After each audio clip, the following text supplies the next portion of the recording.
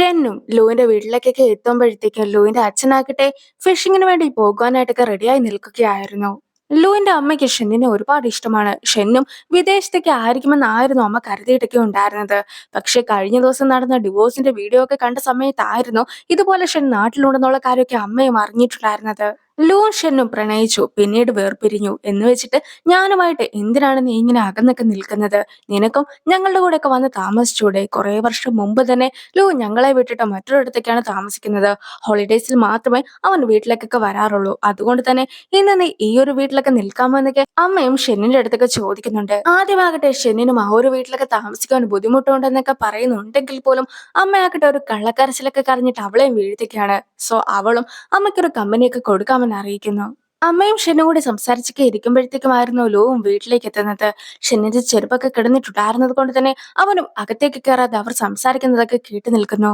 നിന്റെ റിയാലിറ്റി ഷോയിൽ ലൂവിനെയും കൂടി കൂട്ടിക്കൂടെ എന്നൊക്കെ അമ്മ ചോദിക്കുമ്പോഴാകട്ടെ റിയാലിറ്റി ഷോയിൽ പങ്കെടുക്കുന്നവരെല്ലാവരും തന്നെ സിംഗിൾ ആയിരിക്കണമെന്ന് നിർബന്ധമൊക്കെ ഉണ്ട്. അതുകൊണ്ട് തന്നെ ലൂവിനെ കൂട്ടുവാനായിട്ട് സാധിക്കുകയില്ല എന്നൊക്കെ ഷെന്നും പറയുന്നു. അതേസമയം നീയുമായിട്ട് ബ്രേക്കപ്പ് ആയതിനു ശേഷം അവൻ ഒരുപാട് വിഷമിച്ചിട്ടൊക്കെ ഉണ്ടായിരുന്നു. മാത്രമല്ല പിന്നീട് അവൻ റിസോർട്ടിനെ കുറിച്ച് മാത്രമാണ് ചിന്തിച്ചിട്ടുള്ളതും. അതുകൊണ്ട് തന്നെ ഇത്രയും കാലമായിട്ട് അവനും സിംഗിൾ ആയിട്ടൊക്കെയാണ് ജീവിക്കുന്നത്. അതുകൊണ്ട് തന്നെ അവനും ഈ ഒരു പ്രോഗ്രാമിലൊക്കെ പങ്കെടുക്കാനായിട്ടുള്ള എല്ലാ ക്വാളിറ്റീസും ഉണ്ട് എന്നായിരുന്നു അമ്മയും പറഞ്ഞു കൊടുത്തിട്ടുണ്ടായിരുന്നത്. അമ്മ കുടിച്ചിട്ടൊക്കെ ഉണ്ടെങ്കിൽ കയറി കിടന്നുറങ്ങണം, അതല്ലാതെ വരുന്നവരോടും പോകുന്നവരോടും ഇതുപോലെ വീട്ടിലെ കാര്യങ്ങളൊന്നും ഡിസ്കസ് ചെയ്യുവാനായിട്ട് നിൽക്കരുതെന്നൊക്കെ പറഞ്ഞുകൊണ്ട് ലൂവും അകത്തേക്കൊക്കെ കയറി വരികയാണ്. സംഭവം എന്താന്ന് വെച്ചിട്ടുണ്ടെങ്കിൽ ഷെൻ വീട്ടിലേക്ക് വരുന്നുണ്ടെന്നൊക്കെ മനസ്സിലാക്കിയിട്ടുണ്ടായിരുന്ന അമ്മയാകട്ടെ അത്യാവശ്യമായിട്ടൊരു കാര്യമൊക്കെ പറയുവാനായിട്ടുണ്ടെന്നൊക്കെ പറഞ്ഞിട്ട് ലൂവിനും മെസ്സേജ് ഒക്കെ അയച്ചിട്ടുണ്ടായിരുന്നു. ലൂവും എന്താണ് കാര്യമെന്നൊക്കെ അറിയുവാനായിട്ട് അമ്മേനെ കോൾ ചെയ്തു. പക്ഷെ അമ്മ അപ്പോഴൊന്നും തന്നെ കോൾ എടുത്തിട്ടുണ്ടായിരുന്നില്ല. അതുകൊണ്ട് തന്നെ എന്താണ് കാര്യമെന്നൊക്കെ അറിയുവാനായിട്ടാണ് അവന് നേരിട്ടെത്തിയത്. പക്ഷേ ഷെൻ വന്നതുകൊണ്ടാണ് അവനെ വിളിച്ചു വരുത്തിയതെന്നുള്ള കാര്യം ഒന്നും തന്നെ അമ്മയ്ക്ക് തുറന്നു പറയുവാനായിട്ട് സാധിക്കുകയില്ലല്ലോ. അതുകൊണ്ട് തന്നെ പുതിയ ഫോൺ ആയതുകൊണ്ട് തന്നെ എങ്ങനെ കൈകാര്യം ചെയ്യണമെന്ന് അറിയാത്തത് കൊണ്ട് ഒരു മിസ്റ്റേക്ക് ഒക്കെ സംഭവിച്ചതാണെന്നുള്ള രീതിക്കൊക്കെ അമ്മയും നിൽക്കുന്നു. ലൂ പോവുകയാണെന്നൊക്കെ പറഞ്ഞ് നിൽക്കുമ്പോഴത്തേക്കുമാണ് അമ്മയ്ക്ക് മറ്റൊരു ഐഡിയ ഒക്കെ തോന്നുന്നത്. അമ്മയാകട്ടെ കുടിച്ചിട്ടൊക്കെ ഉള്ളത് കൊണ്ട് ഡ്രൈവ് ചെയ്യുവാനായിട്ട് സാധിക്കുകയില്ല. അതുകൊണ്ട് തന്നെ ലൂവിന്റെ അടുത്ത് ഷെന്നിനെ വീട്ടിലൊക്കെ കൊണ്ടുപോയി ആക്കാമോ എന്നൊക്കെ അമ്മയും ചോദിക്കുന്നു. ലൂവും അതൊക്കെ സമ്മതിക്കുകയാണ്. ഷെന്നിനും ഒരു കോളൊക്കെ വരികയാണ്. ജിയോന്റെ അടുത്ത് നിന്നുമായിരുന്നു ഈ ഒരു കോളൊക്കെ വന്നിട്ടുണ്ടായിരുന്നത്. അങ്ങനെ ഷെന്നും ആ ഒരു കോളൊക്കെ സംസാരിച്ച് വെച്ച് കഴിയുമ്പോഴത്തേക്കും നീയും അവനും തമ്മിൽ ഇഷ്ടത്തിലൊക്കെ ആണോ എന്നൊക്കെ ലൂവും അവളുടെ അടുത്ത് ചോദിക്കുന്നു. പക്ഷെ ഞാനും സിയോയും നല്ല ഫ്രണ്ട്സ് മാത്രമാണെന്നായിരുന്നു അവളും മറുപടി പറഞ്ഞത്. ഞാനും റിലേഷൻഷിപ്പിലൊന്നുമല്ല, മറിച്ച് സിംഗിൾ ആണെന്നൊക്കെ ലൂ പറയുന്നുണ്ടെങ്കിലും ലൂവിന്റെ വണ്ടിയിലൊക്കെ കിടക്കുന്ന ഷൂസ് ഒക്കെ കാണുന്ന ഷെന്നാകട്ടെ നീ സിംഗിൾ ആണെന്ന് എന്റെ അടുത്ത് കള്ളമൊന്നും പറയേണ്ടതായിട്ടില്ല എന്നൊക്കെ പറയുന്നു. പക്ഷെ ഷെൻ വീട്ടിലേക്കൊക്കെ നടക്കാനായിട്ട് തുടങ്ങുമ്പോഴത്തേക്കും ഷെന്നിനെ പിടിച്ചു നിർത്തിയിട്ട് ലൂ ആകട്ടെ ആ ഒരു ഷൂസ് ഒക്കെ അവളുടെ കാലിലും നിർബന്ധിച്ചിടിയിക്കുകയാണ്. ആ ഒരു ഷൂസും അവൾക്ക് കൃത്യമായി തന്നെ ചേരുന്നുണ്ടായിരുന്നു. അങ്ങനെ ഇരിക്കുകയാണ് അവർ ബ്രേക്കപ്പ് ആയതിനു ശേഷം 8 മാസമൊക്കെ കഴിഞ്ഞിട്ടുണ്ടായിരുന്ന ഒരു ദിവസമൊക്കെ കാണിക്കുന്നത്. ഷെന്നിന്റെ റൂമൊക്കെ വൃത്തിയാക്കുന്ന സമയത്ത് ലൂവിന്റെ അമ്മയ്ക്കും ഷെന്നിന്റെ റൂമിൽ നിന്നും അവളുടെ ഒരു ഷൂസ് ഒക്കെ ലഭിച്ചിട്ടുണ്ടായിരുന്നു. അമ്മയും ആ ഒരു ഷൂസ് ഒക്കെ മാറ്റി വെച്ചിരിക്കുകയായിരുന്നു. ലൂ അത് കണ്ട് എടുത്ത് കഴിയുമ്പോഴത്തേക്കും അമ്മയാകട്ടെ മനഃപൂർവ്വമായിട്ട് തന്നെ ലൂവിനെ കൂടി വീഡിയോ കോളിലൊക്കെ കാണിക്കുവാനായിട്ട് ഫോണൊക്കെ ചിരിച്ചു പിടിക്കുന്നു. പക്ഷെ അന്ന് ലൂ ആകട്ടെ ഈ ഒരു ചെരുപ്പൊക്കെ കൊണ്ടുപോയി കളയുവാനായിട്ട് പോകുകയാണെന്നായിരുന്നു ഫോണിലൂടെ പറഞ്ഞിട്ടൊക്കെ ഉണ്ടായിരുന്നത്. അതുകൊണ്ട് തന്നെ ഷെന്നിന് കൂടുതൽ വിഷമമാവുകയാണ് ചെയ്തത്. പക്ഷെ അതൊന്നും തന്നെ അവൻ കളയാതെ ഇപ്പോഴും സൂക്ഷിച്ചു വെച്ചിട്ടുണ്ടെന്നുള്ള കാര്യമൊക്കെ അവളും മനസ്സിലാക്കുന്നു. അതുകൊണ്ട് തന്നെ അവളും തന്നെ ഇഷ്ടമാണെന്നൊക്കെ തുറന്നു പറയുമെന്നൊക്കെ വിചാരിച്ചിട്ടാണ് ലൂ നിൽക്കുന്നതെങ്കിലും അവൾ അങ്ങനെയൊന്നും പറയാതെ മറിച്ച് ഈ ഒരു പ്രോഗ്രാമിലൊക്കെ പങ്കെടുക്കുവാനായിട്ടായിരുന്നു അവന്റെ അടുത്ത് പറഞ്ഞിട്ടുണ്ടായിരുന്നത്. അവൾ തന്നെ പ്രിപ്പയർ ചെയ്തിട്ടുണ്ടായിരുന്ന ഡോക്യുമെന്റ്സും കാര്യങ്ങളും എല്ലാം തന്നെ അവളും അവനെ കാണിച്ചൊക്കെ കൊടുക്കുന്നു. അവന്റെ റിസോർട്ടിനെ കുറിച്ച് എല്ലാം തന്നെ ആ ഒരു പ്രോഗ്രാമിലും പറയുന്നതായിരിക്കുമെന്നൊക്കെ പറഞ്ഞുകൊണ്ട് അവനെ കൺവിൻസ് ചെയ്യുവാനായിട്ടായിരുന്നു അവളും ശ്രമിച്ചത്. അവനും ആലോചിച്ചിട്ട് തീരുമാനം പറയാമെന്നൊക്കെ പറഞ്ഞു പോവുകയാണ്.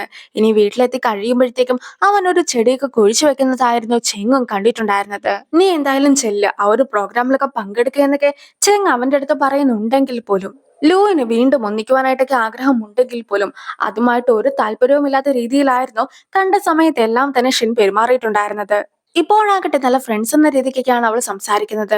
പക്ഷേ എന്തെങ്കിലും ഒരു പ്രശ്നമൊക്കെ സംഭവിച്ചിട്ട് ആ ഒരു ഫ്രണ്ട്ഷിപ്പ് പോലും തനിക്ക് നഷ്ടപ്പെട്ടു പോകുമോ എന്നൊരു സംശയമൊക്കെ ഉണ്ടെന്നുള്ള രീതിക്കായിരുന്നു ലൂവും സംസാരിച്ചത്. ചെങ്ങും അവനോട് സ്വന്തമായിട്ട് തീരുമാനമൊക്കെ എടുത്ത് അറിയിക്കുവാനായിട്ടൊക്കെ ആവശ്യപ്പെടുന്നു. അങ്ങനെ ഇരിക്കുകയാണ് ഷൻ പറഞ്ഞ മറ്റൊരു കാര്യം കൂടി അവൻ ഓർക്കുന്നത്. അതായത് ഈ ഒരു പ്രോഗ്രാമിൽ ഗസ്റ്റ് ഒക്കെ വരുന്ന സമയത്താകട്ടെ അവർ തമ്മിൽ പ്രണയം ബലവും ഉണ്ടായാലോ എന്ന രീതിക്കൊക്കെ ആയിരുന്നു അവൻ സംസാരിച്ചിട്ടൊക്കെ ഉണ്ടായിരുന്നത്. പക്ഷെ ഇങ്ങനെ പ്രണയമൊക്കെ നടക്കുമെന്ന് ഉറപ്പിച്ചു പറയുവാനായിട്ട് സാധിക്കുകയില്ലായിരുന്നു. ഒരാൾക്ക് മറ്റൊരാളെ ഇഷ്ടമില്ല എങ്കിൽ ഞങ്ങളായിട്ട് ഒരിക്കലും ഫോഴ്സ് ഒന്നും ചെയ്യുന്നതായിരിക്കുകയില്ല എന്നുമൊക്കെയാണ് ഷെന്നും അന്ന് മറുപടി പറഞ്ഞത്. അതുകൊണ്ട് തന്നെ ഈ ഒരു പ്രോഗ്രാമിൽ പങ്കെടുക്കുന്നത് വഴി ഷെന്നിനെ തനിക്ക് കിട്ടുമെന്ന ഒരു പ്രതീക്ഷ ഒന്നും ഇല്ലാതെയൊക്കെ ലൂവും ഇരിക്കുന്നു. ആ ഒരു സീനൊക്കെ അവിടെ നിന്നും കട്ടായതിനു ശേഷം ഗോ ബാക്ക് ലവറിന്റെ പ്രോഗ്രാമിന്റെ ഇന്റർവ്യൂ സെക്ഷനൊക്കെ കാണിക്കുന്നു. ആദ്യമായിട്ട് ഷെന്നിന്റെ അടുത്താണ് ചോദ്യം ചോദിക്കുന്നത്. ഈ ഒരു വർഷങ്ങൾക്കിടയിലാകട്ടെ അവൻ എങ്ങനെയാണ് ഉള്ളതെന്നൊക്കെ അന്വേഷിക്കുവാനായിട്ട് ശ്രമിച്ചിട്ടുണ്ടായിരുന്നുവെന്നായിരുന്നു ആ ഒരു ചോദ്യം. അവളായിട്ട് ആരോടും അവന്റെ കാര്യമൊന്നും ചോദിച്ചിട്ടുണ്ടായിരുന്നില്ല. മറിച്ച് ഇവർക്ക് കോമൺ ആയിട്ട് കുറേയധികം ഫ്രണ്ട്സ് ഒക്കെ ഉണ്ടായിരുന്നത് കൊണ്ട് തന്നെ ചെറിയ ചില കാര്യങ്ങളൊക്കെ അവനെക്കുറിച്ച് താനും അറിഞ്ഞിട്ടുണ്ടായിരുന്നുവെന്ന് അവളും പറയുന്നു. അവനും ഇതേ മറുപടി തന്നെയായിരുന്നു പറഞ്ഞിട്ടൊക്കെ ഉണ്ടായിരുന്നത്. പിന്നീട് എന്തുകൊണ്ടാണ് അവളെ കോണ്ടാക്ട് ചെയ്യാതിരുന്നതെന്നൊക്കെ ചോദിക്കുന്ന സമയത്താകട്ടെ അവളും ഹാപ്പി ആയിട്ടൊക്കെയാണ് ഇരിക്കുന്നതെന്ന് താൻ മനസ്സിലാക്കിയത് കൊണ്ടായിരുന്നു വീണ്ടും അവളെ വിഷമിപ്പിക്കാനായിട്ട് തയ്യാറല്ലാതെ അവളെ കോണ്ടാക്ട് ചെയ്യാതെ ഇരുന്നതെന്നൊക്കെ അവനും പറയുന്നു. കമ്പനിയിൽ നിന്ന് നിന്നെ പ്രോഗ്രാമിന് ക്ഷണിക്കുവാനായിട്ടൊക്കെ വിളിച്ചിട്ടുണ്ടായിരുന്നല്ലോ. അങ്ങനെ ഇരിക്കെ ആദ്യം സമ്മതിച്ചിട്ട് പിന്നെ സമ്മതിക്കുകയില്ല എന്നൊക്കെ അവളെ നേരിട്ട് കണ്ടൊക്കെ നീ പറഞ്ഞിട്ടുണ്ടായിരുന്നല്ലോ. യഥാർത്ഥത്തിൽ അവളെ നേരിട്ട് കണ്ട് സമ്മതമല്ല എന്ന് അറിയിക്കുവാനായിട്ടായിരുന്നോ അങ്ങനെ കമ്പനിയിലേക്ക് പോയിട്ടുണ്ടായിരുന്ന രീതിക്കൊക്കെ ചോദ്യം വരുമ്പോഴത്തേക്കും ഈ ഒരു സമയത്ത് അന്ന് നടന്ന കാര്യങ്ങളെക്കുറിച്ചൊക്കെ കാണിക്കുകയാണ്. ലോയിനെ ആകട്ടെ ബോസ് ആയിരുന്നു കോണ്ടാക്ട് ഒക്കെ ചെയ്തിട്ടുണ്ടായിരുന്നത്. ഞങ്ങൾ ഗോ ബാക്ക് ലവർ എന്ന പേരുള്ള ഒരു പ്രോഗ്രാം ഒക്കെ നടത്തുകയാണ്. ഇതിലാകട്ടെ ഷെന്നിന്റെ ലവിനെ കുറിച്ചൊക്കെയാണ് ഞങ്ങൾ പറയുവാനായിട്ട് ആഗ്രഹിക്കുന്നത്. അവളുടെ ഫസ്റ്റ് ലവും അതുപോലെ തന്നെ എക്സും നീയാണല്ലോ. ഈ ഒരു റൊമാൻസ് റിയാലിറ്റി ഷോയിലാകട്ടെ നിന്നെയും ഷെന്നിനെയും ഒന്നിച്ചു വെച്ചിട്ട് പെയറാക്കുവാനായിട്ടൊക്കെയാണ് ഞങ്ങൾ തീരുമാനിച്ചിട്ടൊക്കെ ഉള്ളത്. നിനക്ക് ഇതിനെക്കുറിച്ചൊക്കെ സംസാരിക്കുവാനായിട്ട് താല്പര്യമുണ്ടെങ്കിൽ കമ്പനിയിലേക്ക് എത്താമോ എന്നൊക്കെ ആയിരുന്നു അന്ന് ബോസ് ചോദിച്ചത്. പക്ഷെ ഞങ്ങൾ ഈ ഒരു പ്രോഗ്രാമിലൊക്കെ വരികയാണെങ്കിൽ ഞങ്ങൾ മൊത്തത്തിൽ അടിയൊക്കെ കൂടുന്നതായിരിക്കുമെന്നൊക്കെ ലു പറയുമ്പോഴത്തേക്കും ആകട്ടെ സാധാരണഗതിക്ക് ബ്രേക്കപ്പ് ഒക്കെ ആയിട്ട് കുറെ വർഷം ഒരു കോണ്ടാക്റ്റും ഇല്ലാതിരിക്കുന്ന ആൾക്കാര് വീണ്ടും കണ്ടുമുട്ടുമ്പോഴത്തേക്കും ഒന്നിക്കുവാനുള്ള സാധ്യതകളൊക്കെ വളരെ കൂടുതലാണ്. നിങ്ങൾ തമ്മിൽ ബ്രേക്കപ്പ് ഒക്കെ ആയതുകൊണ്ട് തന്നെ ഷെന്നിനും നിന്നെ നേരിട്ട് കണ്ട് ഈ ഒരു കാര്യങ്ങളൊക്കെ പറയുവാനായിട്ടൊരു ബുദ്ധിമുട്ടൊക്കെ ഉണ്ടാവും. അതുകൊണ്ട് തന്നെ ഞാൻ ഇങ്ങനത്തെ ഒരു പ്ലാറ്റ്ഫോം ഒക്കെ ഒരുക്കുന്നത് കൊണ്ട് തന്നെ നിനക്കും അവിടെ വന്നിട്ട് നിന്റെ ഫീലിങ്സ് ഒക്കെ എക്സ്പ്രസ് ചെയ്യുവാനായിട്ട് സാധിക്കും.